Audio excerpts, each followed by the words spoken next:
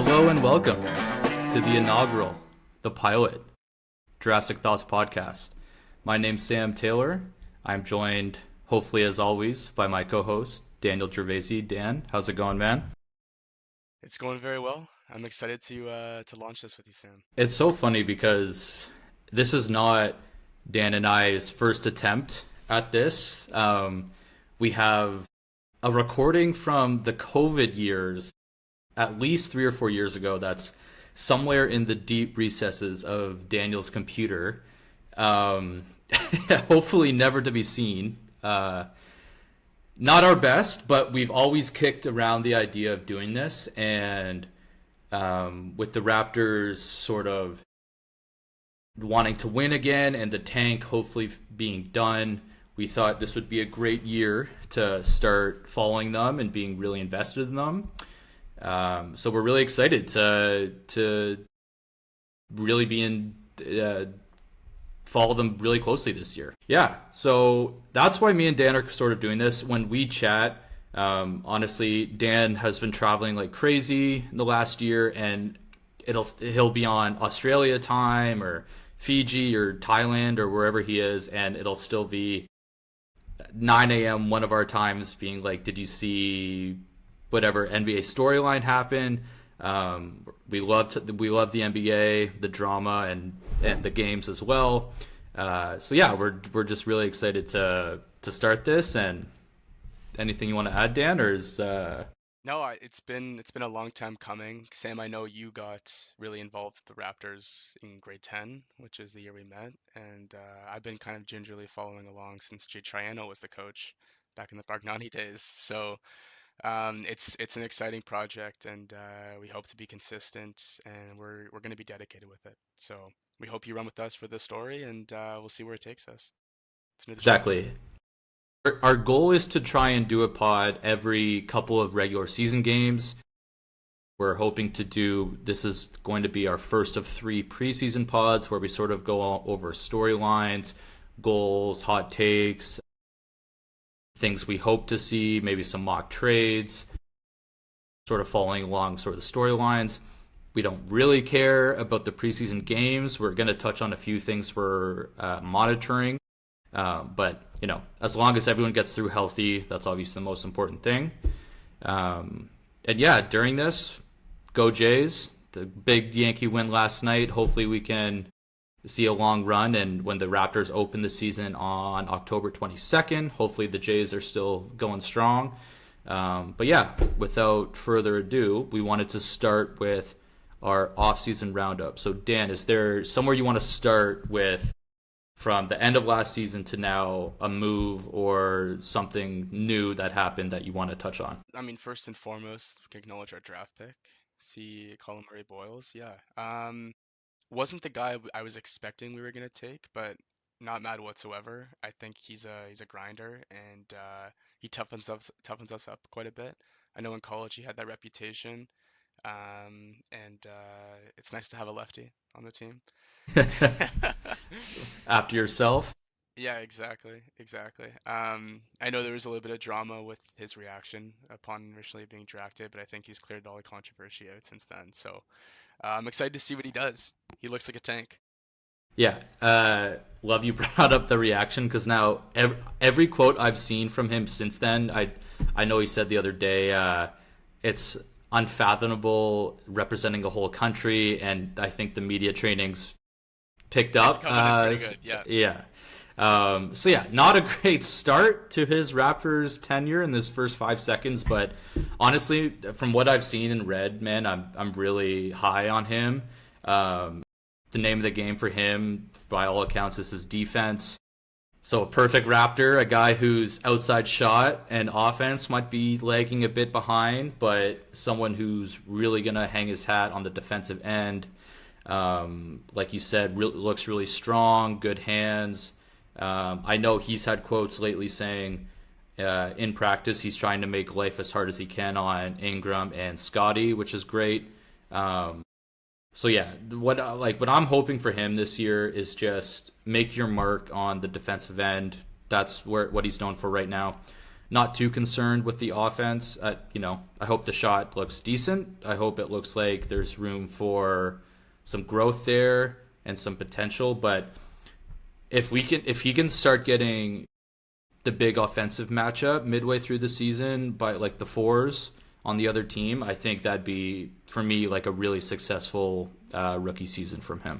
I agree. I think he knows the situation that he's coming into in Toronto, knowing that he's not going to be looked to for his offense, especially with the addition of Ingram last year.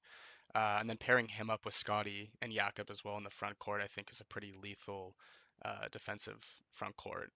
It'll be interesting to see how he fares against kind of quicker wings because I hope he can kind of guard on the perimeter there. That would be a huge addition. But he has the opportunity, I think, to be someone like a Draymond almost, taking charge of our defense. Because Scotty, although came into the league, I think a little bit known more for his defense, has really excelled offensively, and we're going to look to him much more now to carry some of the weight with points.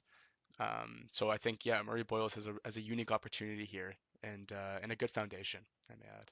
Yeah, with him and Shed on the bench units, that's two guys who are really gonna get into you, and they know their game is to create havoc on the defensive end. So with Shed at the point of attack and CMB sort of roving, I think those units scoring might be tricky, but defensively, I think there's a high floor there, and I'm definitely excited to see how they look working together for And sure. he's a big body too, eh? Like Huge. he's a good He's ripped, man. he's He's big really and strong. he's a good Yeah. offensive rebounder. So any like little cleanup at the paint there, off a missed layup or shot, I think he's there. That's where most of his bread and butter is going to be when it comes to scoring. But Yeah. any sort of offensive development would be just icing on the cake. But yeah, Yeah. primarily he Especially focuses on this year. defense, of course, for sure, Especially this year. Yeah. for sure. So that's exciting. Okay. Anything Yeah. else you want No. to address in the off-season roundup? Yeah. There's a couple more things, but I definitely agree. CMB personnel wise, the biggest change. We're gonna touch on Ingram. We know that happened at the deadline, but he obviously didn't play for us. But in My terms ankle of sprain was really wearing on him, so. yeah, I wonder why we had no incentive to bring him back. But anyway, definitely for the summer move, CMB is the biggest impact acquisition we made. We had a pretty quiet summer, just our ninth overall pick, and I'm excited to see him, man. Like the last 2 years has been pathetic.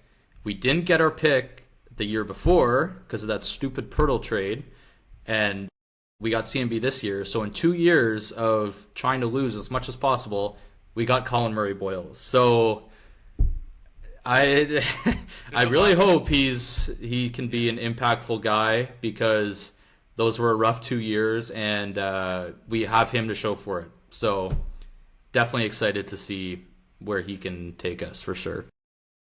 100%. All right. We won't go as long. So our second rounder, Elijah Martin. We were kind of chatting about him before. We don't know as much on him. Obviously, he was on the Gators. They won, right? They won. They did. Yeah. So he was on the championship team last year. Sam Vicini, who I love Dan, who's my podcast I listen to for the draft and stuff. Character wise, couldn't be higher on Elijah Martin. And when we took him, he was very like, I love this pick for the Raptors. Just always been someone who's very high on him. I don't know how much he'll play. We have a lot of young guards sort of vying for minutes. But just, for a second round pick, a championship guy in college, there's not much downside there. No, and I mean, like you said, it's a second round pick. You don't expect much. You always take a flyer on a guy you like. Sometimes they pan out. Most of the time they don't. So why not? We'll see what the kid's made of. I'm sure he'll get some reps throughout the year, maybe with some injuries or some off games, and we'll be monitoring that for sure. But I think it'd be good to get some G League development in him as well. Totally agree. All right. The one sort of free agent acquisition, can you tell me who it is and try and get the pronunciation right? I'll do my best. Something along those lines. Mamu Kalashvili. There he is. Mamu Kalashvili. We're gonna man when we're following him, we're gonna have to come up with just Mamu. Mamu, I think, Mamu, I is think great. he's, yeah, he's Yeah, healthy. I think that's fine. So yeah, a nice little backup center for Pirtle. Thing I'm excited for, he's a stretch. Shot 37% from three last year. Hmm. Definitely find that interesting because obviously Pirtle is not taking any threes, so at least we have a different look there. Um, don't know how much of a rim protector he is. His block numbers have never been high. But just for an offensive look, and we sort of already touched on how the second unit with Shed and CMB might struggle scoring. To have a stretch, it's an interesting flyer. I'm like, just a different look we can give someone who's not going to hang his hat on the defensive end, but as a Raptors fan, we know we get those guys in abundance. So if he can hit a couple threes a game and just spread out the second unit, I think it's definitely something interesting to look at for sure. Yeah, I mean, he's not an athletic guy. You look at him, he kind of has like a milk bag build a little bit, similar to Jokic. But I mean, he's fluid. In a different time, maybe he's a guard if he's a bit smaller. You're not going to get much defense from him, and I honestly wonder if Darko is considering doing some lineups with him and Yaka both out there to go big. He might be a little bit too big and a bit too much of a liability, but if you have another rim protector, you can maybe try and make things Yeah, something shades different. of the Ibaka Gasol minutes against Yeah, Embiid all those years ago. hopefully Yeah, not. man, it's like again, like we said, it shouldn't be a huge move, just sort of a move on the margins that could help our second unit. Not really any pressure on him. Come in, hit threes. If you do that, I think you and I will both be pretty happy with his Yeah, production. just give us some Yeah. culture in the locker room. That's all we're looking for. Yeah, some cult. Sandro's bringing the culture. He is. He's Him and Garrett Temple, eh? The culture guy. Somehow Garrett Temple surviving another year in the NBA. somehow, some way. He's Well, gonna get it done. he leads the dance train before each game, so there you go. And he's got a cool last name, which looks good in the back of Yeah, the jersey. yeah. So All right, let's touch on Ingram. Again, we know this isn't an off-season move, but just because he never played, we thought we'd touch on him. What's your general expectations for Ingram this year?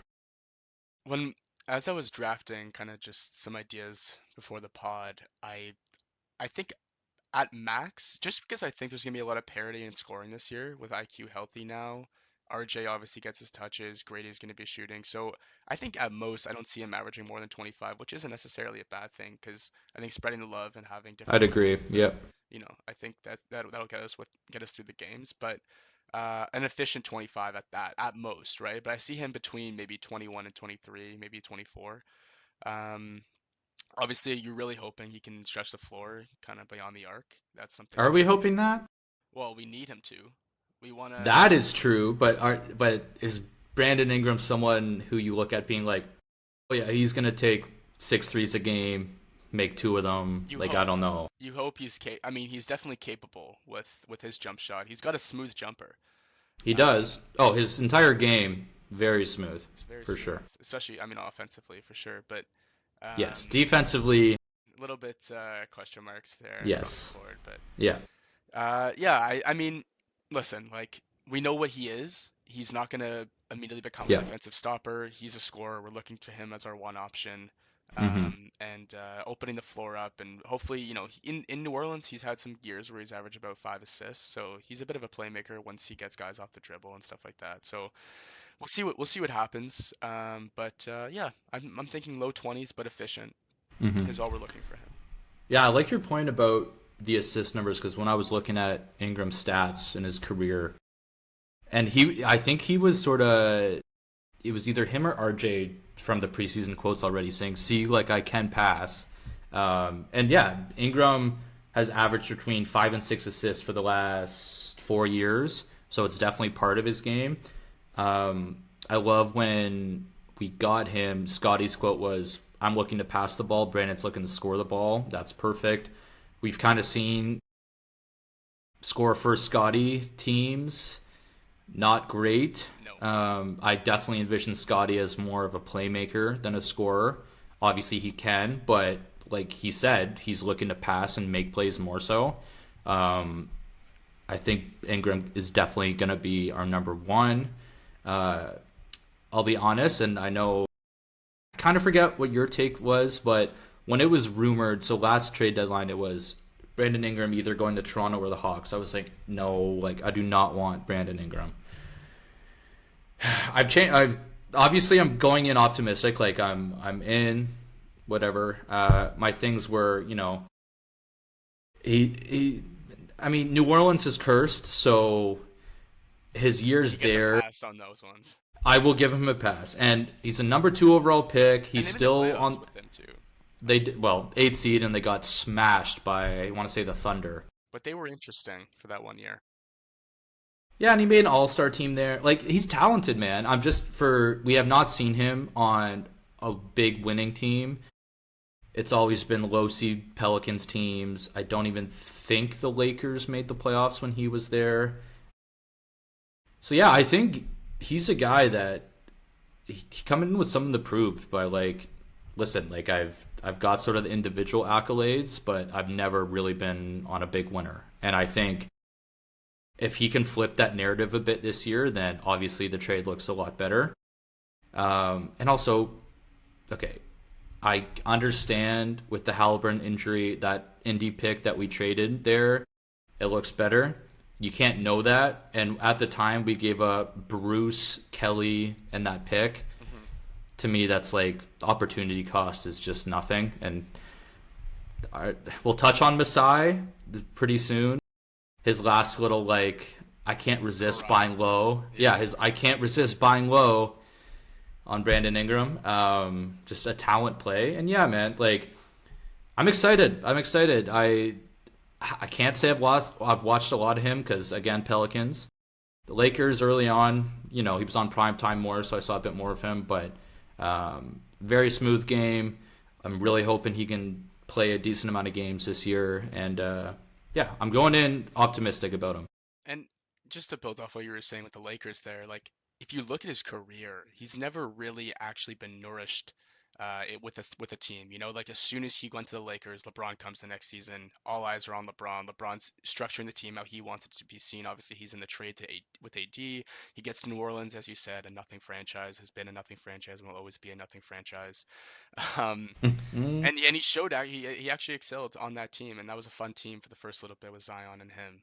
Uh, I think the biggest thing for him coming to Toronto is we have a particular culture that we've bred over the course of since 2015 with between the DeMar and Kyle days, and uh, and if you hope he can buy in is the biggest thing because we know what kind of player he is now. I I'm think not worried he's about that, to be honest. I'm no not worried about that. okay. No, No, that's good. That's good I as think long he has stuff to prove, man. yeah. Like, how could he come in with an ego? Like, and all of his quotes have been great. I don't Like, think it's I necessarily love. ego. I think What do it's you mean just buy in then? Like, what do you mean? well, just he knows what he's like. He does what it's expected of him, and we honestly in this young team, he's going to be a leader for us. And you hope that the years that he's had in the NBA, the service that he's had, is going to lead some of the young guys in the right direction. Yeah, yeah. So yeah, we're optimistic on Ingram. In future pods, we'll sort of dive more into fits in the starting five and our thoughts on that. But just in the acquisition, gave up nothing. Well, we'll see without Indiana pick. Yes, It is going to be a decent draft. not Masai's fault, to be honest. You can't No, bank on Halliburton tearing his Achilles there. But definitely not. and Indy still might be decent this year. We'll see. I don't know. Okay, so yeah, that was sort of the player side. But I would argue the biggest thing that happened this offseason is Masai is gone. Masai Ujiri, the architect of our championship team, and he's been here over a decade. I want to say 2013 he came over. Sounds right. Give me your initial thoughts when you saw the news. We'll touch on Masai first, then sort of get into Bobby after. But initial thoughts when you saw Masai is no longer our president. I mean, obviously, this Messiah is a special place in all Raptors fans' hearts. You look to him. in the dog days when he first inherited the team, and then he even pieced together that DeMar and Kyle team, which was really exciting. The first time we were actually Thank you, really James Dolan. competitive. Thank Yes, you. thank you, thank you. Yeah. And then obviously you saw what he did since then. Like he is the pioneer of our culture. And like I think every single Raptors fan, despite what happened in the past couple of years, maybe some mismanaging of assets and stuff like that, will always have a special place for him, and he'll be beloved in the city for eternity. So definitely sad to see him go, but it was, somewhat expected and needed. He's botched a couple trades, and he got sentimental. That's the biggest thing. And Seeing he admitted that. He he did, admitted that with he that admitted it, championship team. He and I admitted don't, that. I can't Yeah. say I blame him. Hmm. Hmm. Sam, it's the first, like first chip in our I country's get history, it. I get it. and looking how we performed the following year after 2019. We were literally a Kawhi piece away from winning it Yeah. again, in my opinion. 100%. So I don't. 100% we were. I think he started to kind of sink ship maybe a couple years after Kawhi left Yep. when we There's really one got exact into, moment when things went awry, of course, which yeah. the Thad Young trade. Was that the Pirtle trade? It was the Pirtle trade. Yeah, that's what I would yeah, Yeah, the Pirtle trade. yeah. So the Scotty year was exciting because he did everything right with the tank, Mhm. and Mhm. it netted us the Rookie of the Year that year. Yep. But the moves after that, we were not a win now team despite having win now players, and Mhm. we accommodated to that ideology. But in reality, we should have been selling. We should have been Yeah. restructuring, retooling, and then having some other young players built around Scotty, which, between Quickly, RJ, we still do, but it could have looked a lot prettier at this time had he taken the rebuild seriously. Yeah. Echo, basically all of what you said. He's forever a Toronto legend. He'll always be a Toronto GOAT, a guy who brought NBA championship here. That's an incredible thing. We were downtown when they won. That was one of the best nights, like literally of my life. That playoff run. One of the two greatest months maybe ever was that playoff run with the Philly series, Bucks, Warriors. Masai, that DeMar Kawhi trade. See, that was the cold-blooded Masai. That's where it went wrong with the last little bit of his tenure was, okay, we win, amazing. You're Toronto legend.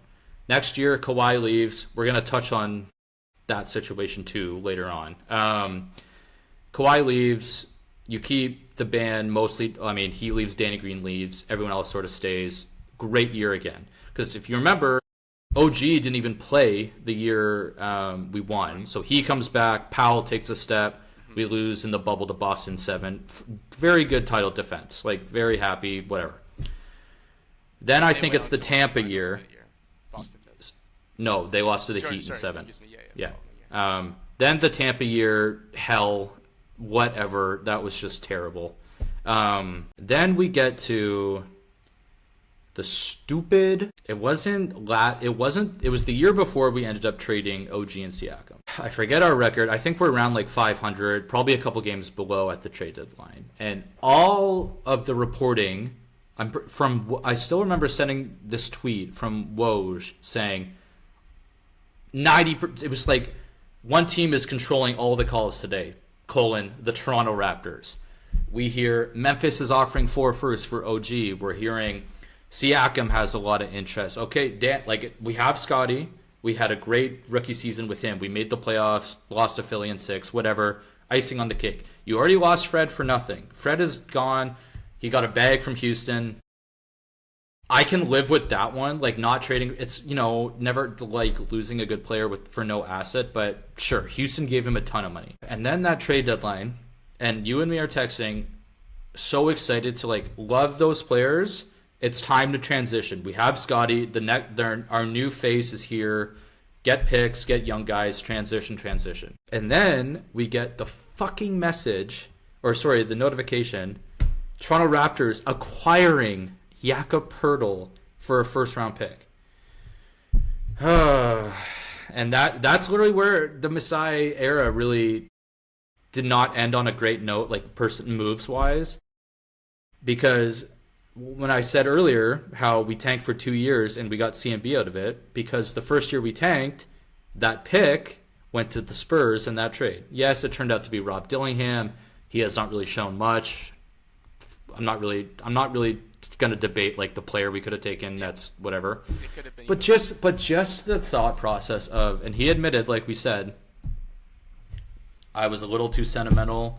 I did not want to break up the championship team. I have love for Pascal. How could you not, with his story and the African roots with Masai, and with OG as well.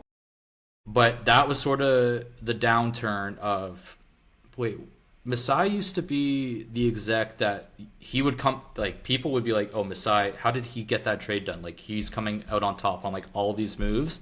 Just And business. then the last 4 years, it was not the case. It was not the case. And just to your point, sorry to cut you off. Uh, it's just that was the time to sell high.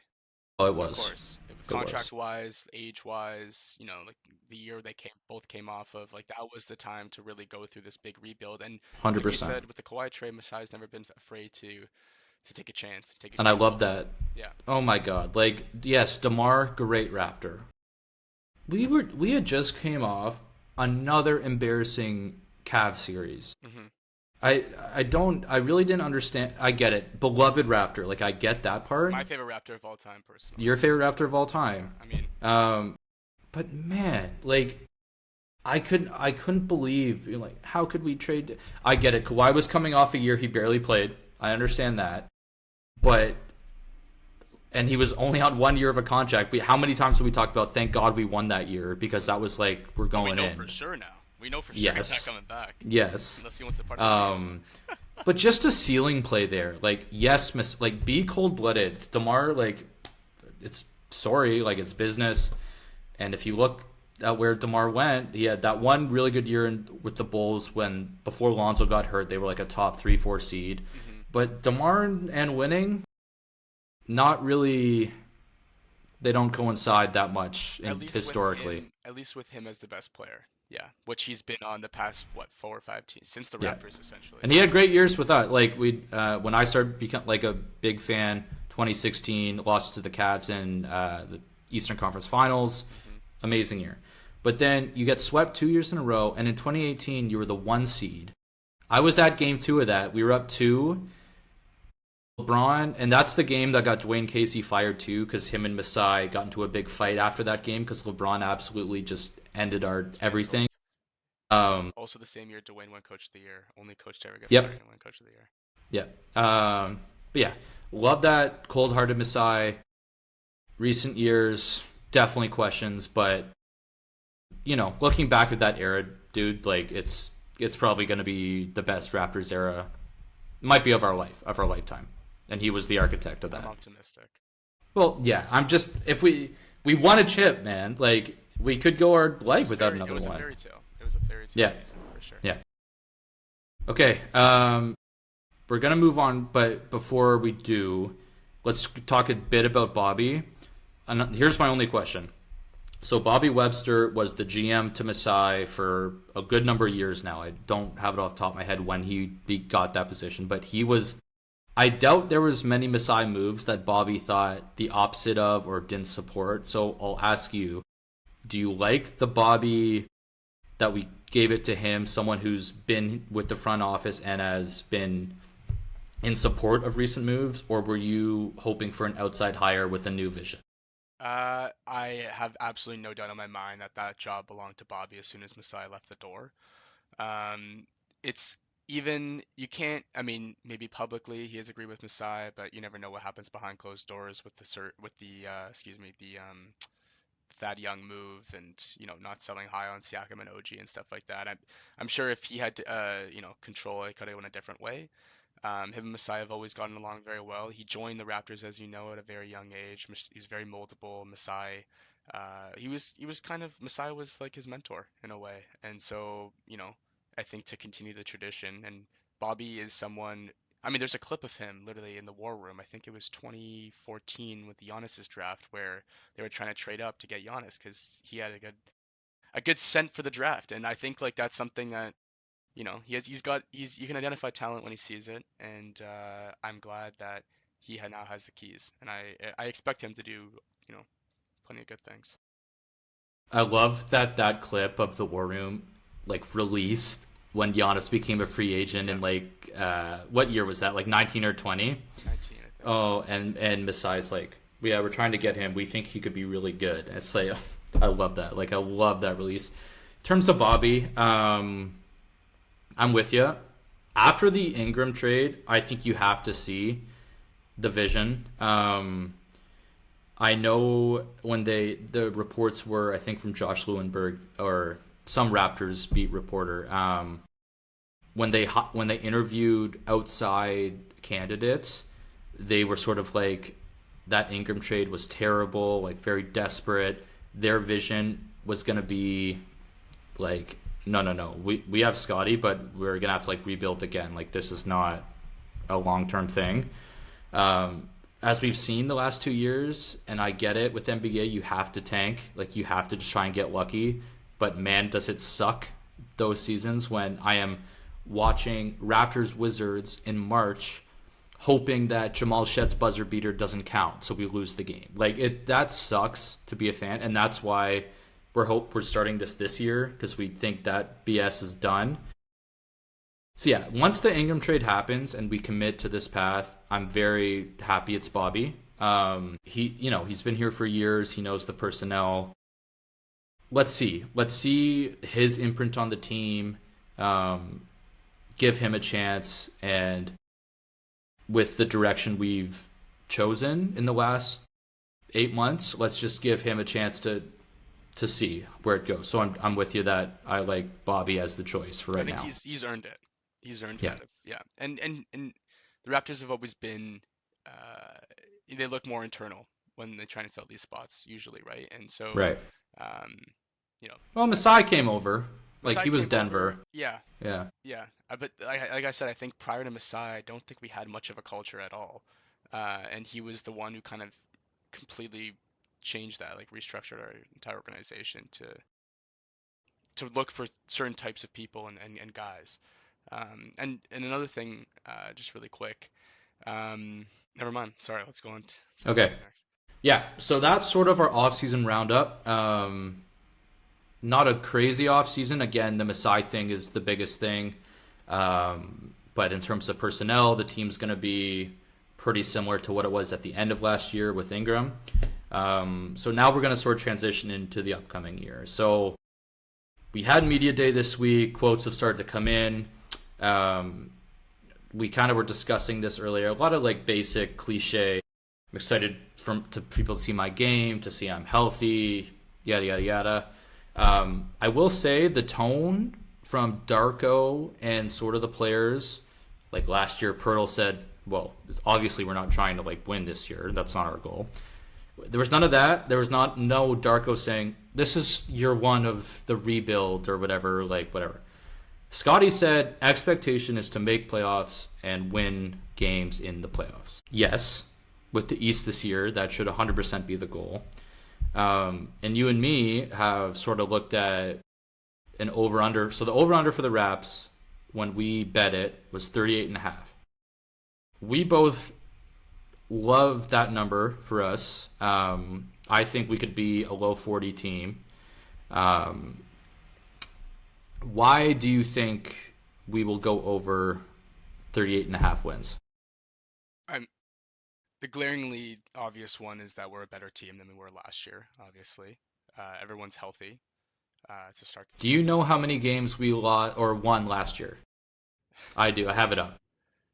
You're gonna have to refresh my memory. 25 and 57 last Okay, year. there you go. So that would be 14 more wins. That's like a big number. It's a That's a big big number. number, but other things, the East considerably did get worse. Yep. Like somehow Milwaukee and Indiana executed a trade and both teams got worse, which I don't think I've ever seen before. Um, Oh, the Turner?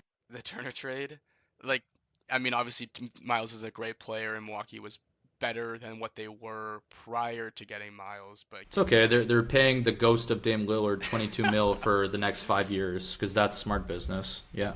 of course. So obviously there's a few teams that were even kind of, I think, neck and neck with that last year seemed like a far cry to even like think about. Um, and then injuries obviously as well. There's also a lot of teams I find that are a few question marks, like Miami. They're 100%, Miami's 100%. Miami's always competitive. They always scrap together, Yeah. good enough We're team to be we're gonna competitive. do our Eastern Conference predictions in before the preseason. We're not gonna do that today, but I've already started to sort of do it myself, and I sort of tiered it. I have three or four teams clearly above us. Everyone else, man, in terms of talent, we have not won, so you can't be like we are 100% better than that team. You can't say that. But in terms of the players we have, our talent matches up with a good number of Eastern Conference teams. I think we're topping off the third tier just because, like you said, we haven't won, and I still think there are a handful of teams much better than us talent wise as well. So, but yeah, we're rounding out the third tier there for sure. Okay. Yeah, so 25 wins last year. We've taken the over on 38 and a half. From last year we lost Kelly Olynyk and Bruce Brown in the Ingram trade, two guys that made very minimal impact, and we're going to get to Bruce Brown's comment before the end of this. Davion Mitchell, nice rap. He played a lot better in Miami than he did for us. It's still nice. Like I had no I've always been a issues fan with of him. Davion. Yeah. Um, Bronny James's ideal player to be Davion Mitchell. There you go. And then Chris Boucher, the last holdover from our chip team, also departing. So in terms of who we've lost, some decent bench guys, but they're not a big loss.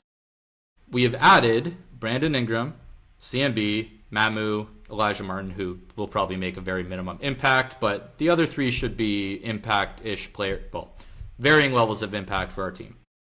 In terms of our holdovers, Scotty played 65 games last year because he had to get to the 65 number to try and win an award, whatever. That happened. I'd say he probably, because his finger was messed up, probably didn't need to happen, but he wanted to, whatever. RJ 58. Pretty average, room for more. Pirtle 57, same with RJ. IQ, and we're going to talk about X factors and big things. Quickly is going to be one for me. 33 games last year. That is terrible. And there's a lot of room, obviously, for more from him. And then Ingram never played for us. He only played 18 games in total last year. So that was basically a lost year for Ingram. So IQ and Ingram, man, a lot to prove this year for me. And we get it. Like, in a tanking year, oh, your ankle's a little sore? Oh, take the night, like, whatever. Like, that's fine. Brandon Ingram, you're sprained? Oh, we'll see you in the fall. Sure. Let's get our high pick, whatever. We have no incentive. We still have our pick, obviously, but we are not trying to tank this year. Like, we are not trying to do that. Tanking, man, like, Dallas Mavericks got Cooper Flag. Silver made the call. Like, who cares? Like, the odds are the odds. Yeah. They've really flattened it out. Also, ideally, yes. There is a lot of room for more health from our guys. We are not incentivized to shut them down. Our depth is a lot better, which we're going to touch on as well. Mm-hmm. I'd say we're legitimately like 11 rotation guys. I think Darko has said he wants to play 10 or 11. We'll see if that's a sustainable thing to do, but I think he's said that he wants to. So yeah, I think we definitely have the talent to be a low playoff team. We'll see. This is a very important year for Darko, which we'll touch on in later pods too. But in terms of new players and sort of more regression to the mean for injuries from last year, I definitely think that's a number we can go over and might be considerably over. Mm-hmm. I would agree for sure. Okay. Now, things we are monitoring in the preseason. So like we said, most important thing is health. We don't really care about scores, box scores. It's preseason ball. The starters will play 14 minutes early. Near the end, they might get up to around 30. But it's very much just looking at sort of niche things. I don't really care if shots are falling that much, maybe more so attempts, things of that nature. So I've got a couple things I've written down. Is there anything preseason wise off the top of your head that you're looking at this year? Mm, honestly, I've never been a big preseason guy. I think Neither have I. No. yeah, it doesn't really give you any insight as to how the season is going to go. I mean, obviously, you play around with different schemes, you see who's out there, what's working, what's not. But as you mentioned before, kind of let a little off cam, the other team's throwing out their, third starters or, 13th guy on the bench. So I don't think it's anything to really consider as value, but yeah, it's certain things I think it's always nice to. I think it's more coaching because like the coach is going in there trying to win and the players Are are they? trying to execute. I think so. I think the coach I wants to don't see really what I don't really the think coach they're is. trying to win, I think it's an but experimental period for the coach. So you see what works and yes, you see what yes, doesn't. that I agree with. Yeah. So for those reasons, yeah, I think that could be something to look at. But as far as um, performance, I think even the third string guys are like, eh. Yeah. No, well, those guys I think would really want to make an impression. Well, okay, someone like Jacoby Walter, who knows Exactly. his spot on the Yep. team, he's there, but he's not going to go 110. So any of the impact players for us aren't really going to be too noticeable. I agree with the majority of your sentiment. It's really not about results. It's more about process that I'm sort of going to be looking at. Bench units, so we can pretty much lock in IQ, RJ, Scotty, Ingram, Pirtle as our starting five. I'm curious to see bench units. I'm pretty sure Josh Lewinberg said in their scrimmage in Calgary that Walter was actually on the third unit. Kind of interested with then Jacoby Walter, a first round pick last year from Indy. It was Indy's pick that we had. I thought he showed flashes last year. He had that game winner against Orlando that pissed both of us off. Why? See, that's what I'm so happy to be done with that. Like, I want to cheer when Jacoby Walter hits a game winner. I don't want to be like, oh my god, Jacoby. Like, oh great, we're getting Cooper Flag now. We're not. Yeah, so I'm interested to see sort of the rotations. 3 point attempts I'm interested in for some guy. Like, so Scotty shot 27% from three last year. Would love improvement there. RJ 35, for him that's actually pretty decent. Grady only 35% too. I'd love improvement there. We drafted him as a shooter, and through 2 years, he's not really been. If I'm honest, the ideal version of Grady, I think, makes more sense in the starting five than RJ, but Grady has not shown to be that. So we can't really play that game when he is not shown to shoot threes particularly well. So attempts and I mean again, we said makes we don't really care about. I'm more so attempts for those guys. Everyone else shot shot the threes pretty well last year. I'm interested to see those guys' attempts because we've kind of talked about off cam spacing in the starting five might be challenging. So I'm excited to see how aggressive those guys are in spacing it in the preseason. We'll see how much that happens. And my last thing, how much Scotty is handling the ball. With Quickly now as a second ball handler, I like that a lot. And RJ as an ISO scorer, that's his thing too. In my head, and we've talked about this too, and this is why we can talk about this at a later date, but I wanted to trade RJ for a Cam Johnson type in the summer. I think my idealized version of the Raps has Scotty at the one, sort of Ben Simmons Philly, but with a better shot and less I'd say less athleticism. Like those Ben Simmons years in Philly were pretty crazy. So like a Scotty, IQ, Ingram, stretch for Pirtle. For me, that's something I'd be really interested about. So I'm definitely interested to see now that IQ's back fully healthy, and by all accounts, his quotes and has been, I put on weight this summer. I'm more committed to my cardio. It's been all good things. I am definitely interested to see sort of the on-ball stuff between him and IQ throughout the next couple weeks. I definitely agree with most of that. My biggest worry was I don't think we can ever see Scotty becoming a fluid ball handler. Even now, with what his fifth or sixth year in the league, I look at him and I just still think he's What do you unpolished. mean, like handles wise, or just like Yeah, like I don't like he's to me he's someone that he's a half court playmaker, but you don't want him dribbling a whole lot. He has good vision and he's capable of making these good passes, but he's not someone that you want to be dribbling all the time. okay? What would your idealized Yeah. version of like what's a leap for Scotty then for you? Like what's something you'd love to see? Uh, Definitely shooting the three ball. Is Do you like still have faith just in that though? yeah, I Do you do. you I do. do? Yeah. Okay. I mean, he's awkward, and that's I think part of his charm. But he's stiff, and I think just more reps, and fluidity, working with the right people, fixing his Scotty jam. Just Barnes's 3-point percentage for his career is 30%. yeah, I wouldn't give up on it. We've seen crazier things happen. He With more focus, I think that if you can get him up to 33, 34, it becomes serviceable enough to where they can have to respect putting a defender out there behind beyond the arc. Because right now they're just letting him shoot at free will. I And I would either agree, say but I would argue I don't think it'll ever be a big part of his game. I don't want him shooting, like that's his game, but like enough respect to draw attention on the perimeter so that other guys can crash. I think is something that at bare minimum you want your best player to be able to do. Okay. Yeah. All right. So yeah, that's sort of what we're looking at preseason wise. We're gonna hit on a couple things, and then we're gonna get out of here.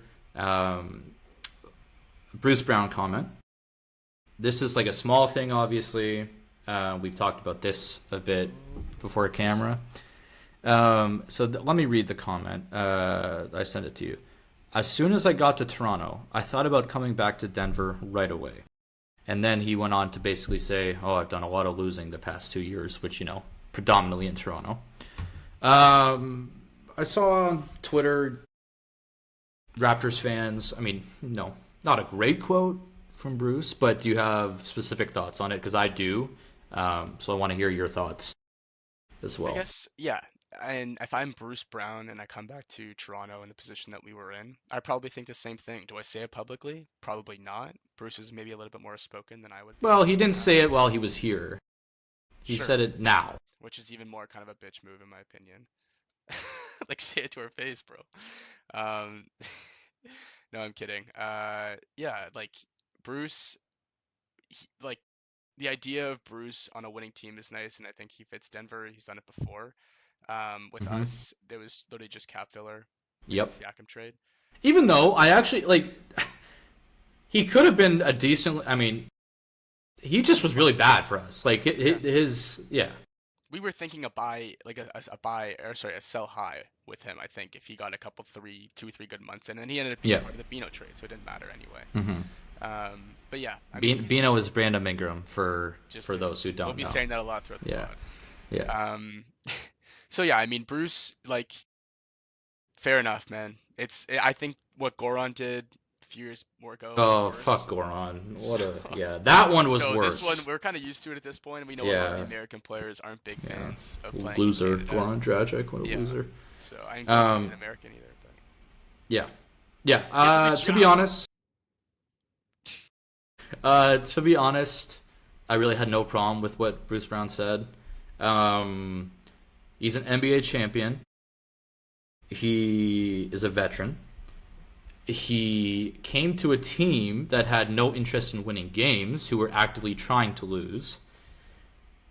Yeah, we really can't really have pride about the last 2 years to be like, how dare Bruce Brown say this? Like, what?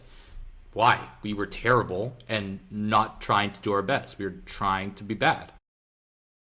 Would I have liked it more if Bruce was actually good and not injured and just terrible for us? Yes. I don't love that. Like, okay, dude, I get it. We were terrible, but you were terrible too. Like, you did not. It was not like you were great and we still lost and you're like, man, I'm doing great and this team is just trying to. You were not. You were hurt and just bad. Um, but in terms of like Raptors fans getting, it's like, man, how can you have pride of the last 2 years? It was terrible. and I don't really blame a championship veteran for shitting on us when we were a terrible product to watch. Hmm. Especially when he contributed to it. Yes. Little Bruce Brown comment. Not a big thing, but just because of we're looking at new quotes from this upcoming season, wanted to touch on that, which brings us to our last sort of talking point. Kawhi Leonard is pretty much, I'd say, 5% of NBA fans who follow it even decently, I'd say, have learned Kawhi is under fire with the Clippers because Steve Ballmer's been accused of paying Kawhi a ton of money outside of the salary cap through this fraudulent tree planting company, Aspiration. We're not going to really get into the Clipper side of things. We're only bringing this up because it came out. I forget his name, Bruce something. It's a Raptors, Bruce Arthur, I want to say. It's a Raptors beat reporter or a Raptors reporter, and he came out after the allegations first released by Pablo Torre, saying back in 2019 when the whole cluster fuck of Lakers, Clippers, Raptors pursuit of Kawhi in that summer. Oh my God, I don't miss that couple of weeks because the amount of misinformation and stuff, and the Kawhi on the plane and Kawhi and the SUVs, and that was just yeah. Shohei before Shohei. At schools in Niagara. Yeah. Anyway, he basically came out and said these allegations line up almost perfectly with what I know to be true, with what him and mythical figure Uncle Dennis asked the Raptors ownership in Masai back in 2019, or sorry, 2019 summer, after we won the chip. So I will say, or I'll ask you, do you believe it's true, the allegations that Ballmer has paid Kawhi outside of the cap through this company? Yeah, we'll start there. Do you think it's true, the allegations? Simply put, yes. Ballmer, as we know, is one of the owners with the deepest pockets in the NBA. So there's no amount he's not willing to pay, and I think he's shown that as well in draft picks, with addition to money. And Uncle Dennis is a menace. Like he's willing. He's something, man. He is. So it's funny because he's been like in the weeds the last however many years because he's got Kawhi the money and he's been in LA where he wants to go. Of course. But man, that back in 2019, with the Uncle Dennis stuff starting in full, wow. Yeah, and for those of you who aren't from Canada, part of the stipulation that Uncle Dennis wanted for if Kawhi stayed in Toronto was having a piece of the MLSC, which is the parent organization of the Toronto Maple Leafs, which is Toronto's and Raptors. And the Raptors, of course, as well. And the Argos, the CFL team, and the TFC, the MLS team. They have all of those teams. Every major Toronto sports team with the exception of the Blue Jays. And Kawhi wanted a piece of the pie, which I think is a complete slap in the face. And obviously Uncle Dennis has, let's just say he wasn't leaving any stone unturned when negotiating. And I'm thankfully, as you know as well, I'm not sure this wasn't as talked about outside of Toronto, but they wanted us to execute the Paul George trade on top of that. With every team had to get Paul George. Of course, right? Yeah, Lakers too. Yeah, because PG non-13 was the playoff P was the answer at that time for Kawhi. Pandemic P. Pandemic P. Got vaccinated, hopefully. Yeah. So yeah, I do believe 100% there was tamperment involved. There was probably tamperment involved when Kawhi originally went there under the table back in 2019. It's unfortunate because personally I do actually like Steve Ballmer as an owner. I wish all owners were that invested and engaged in the team. I'd love to get to the. We got to get to the Intuit Dome, man. I'd love to get there, 100%. Which coincidentally is hosting the All-Star game this year. Very funny. Did you see? So the Clippers had their media day the other day. Did you see Kawhi's talk during it? No. I gotta send you this after. It is so funny. It's it's Ramona Shelburne being like, Kawhi. Hope you had a good summer. What?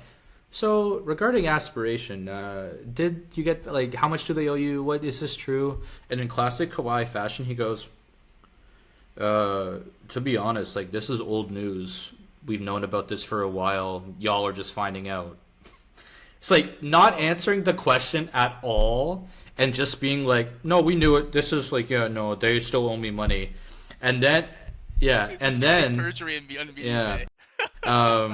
and then the Clippers cut off questions from the Of reporters to course, of Kawhi. course, of course. You don't think Yeah. Steve's in the back like, hey, Oh man. Well, the NBA is currently doing their investigation, so like yeah, that part's not that crazy to cut off the questions, but definitely curious to see what happens because this could have been our life if Kawhi chose us half a decade ago. If MLSE played ball, if Ballmer did it, and we were, I'm just saying, like no, I know. if they were like, oh my god, like we have to keep him and do everything he asked, could be our life. So that's all why we want to talk about it. Definitely interested to see what the investigation shows and if it's true, what punishments happen. But yeah, the I crazy also, situation. of course, and I also do want to preface, we both love Kawhi, and I think almost all Toronto Love fans love Kawhi. Kawhi. It's For me, it's I love him so much more than DeRozan. okay, Like not me. it's for me, it's not even close to be honest. Like Demar, great years. I want to win, man. Like the Demar era was It was the LeBronto era. It's like we get our ass kicked every time by LeBron, where he's our dad. Like the Kawhi playoff run, incredible. Like one of the greatest sports things as a Toronto fan I've ever seen. Of course. Yeah, And love to be fair, Kawhi. Kawhi came the year LeBron left the East, so we Correct. never actually did see a square of. Although I do think we would have got the best of them. Those Yeah, Cavs teams weren't that good. It was just one guy. it It's was one literally one guy, guy and man. Iman Shumpert. Oh, and Kyle Korver in 2018, Tris Korver. Thompson, Mo, don't forget Mo Willie. All the boys came aboard. and Kenny Perk. I swear Perkins was on that because him and Drake beefed. Also, we've been workshopping this throughout the year. We'll be having a Kendrick Perkins quote segment There because should be enough material, if not, it's there'll more be than enough from that clown, throughout the year that we'll just say and react to in real time. Anyway, that basically concludes our first pod. This week, Raptors play Denver tonight in Vancouver. Kind of cool. I kind of love they do this little Western Canada start. I know they're at the University of Calgary this week scrimmaging. I saw the lines to get in there from the crowd. Awesome. Like I'm pretty sure anyone could go and just watch inter squad game. Really, really cool. Then they play Denver tonight in Vancouver.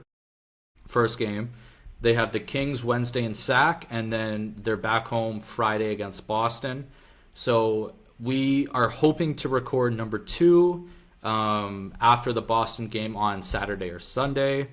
And we'll go over sort of more preseason storylines, more expectations for the upcoming year. But yeah, that's sort of our plan for this week is we're going to get 3 preseason games with results, and then we're going to come back and sort of go over them and continue with our season preview pods. Yep, that's right.